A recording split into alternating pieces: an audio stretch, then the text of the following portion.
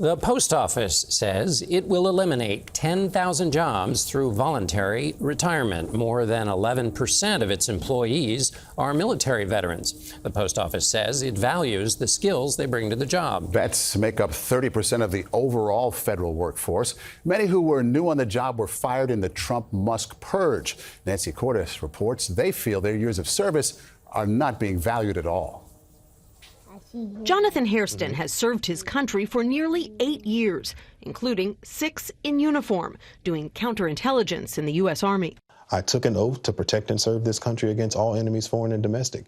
And right now, our rights as civil servants, as public servants, it's all in question. Hairston worked as a civilian AI specialist until 3 weeks ago, when he was fired as part of a purge at CISA, the agency responsible for government cybersecurity.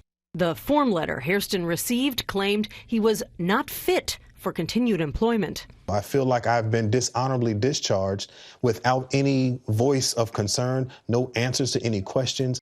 Your service was disregarded. Service was disregarded. It's estimated at least 6,000 veterans have lost their government jobs over the past month. Kind of ironic. Many of them are disabled vets, like Stephen Dow. And then they said, you have about 5 minutes, pack up your personal things. Dow served in the Air Force for 20 years. A blast in Afghanistan left him with a broken neck. Why did you decide to look for a job with the federal government? Because I want to continue to serve. He started working as an executive assistant at the Pentagon 9 months ago. I mean, your review says you have a mastery of technology. Steve sets the standard for productivity. Mm-hmm. Yeah. You were good at your job. I was. Yeah, I take initiative for things. I find things that are broken and try to fix them. And that's ingrained in me from when I was in the military. Did you vote for President Trump? I did 3 times. Why? Because I thought he was the right person for the job. And I didn't expect this. So what's your message to him now? Take a closer look. I asked President Trump about that the other day. Are you tracking how many veterans have been fired so far? Yes, and do you are. want DOJ to avoid letting them go?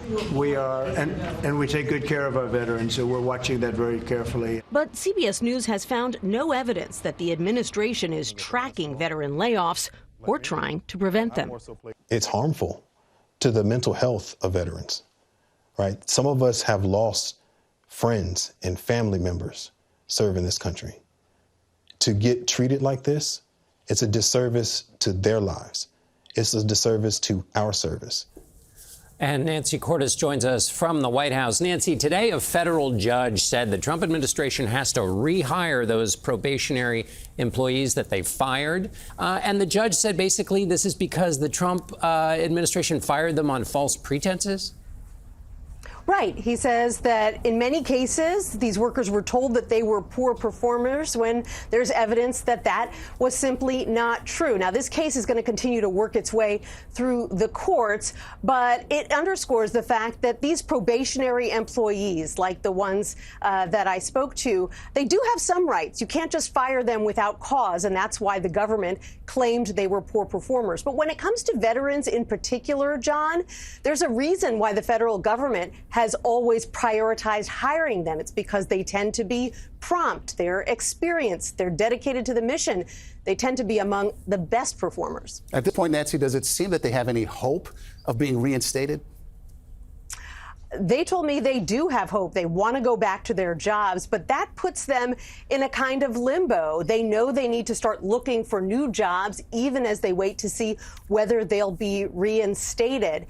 And this is a challenge not just for them, but for so many workers. And they know that more cuts, potentially even deeper cuts, are coming. So even if they do get their old jobs back, they could be fired again. Okay, Nancy Cordes on the story from the White House tonight. Thank you.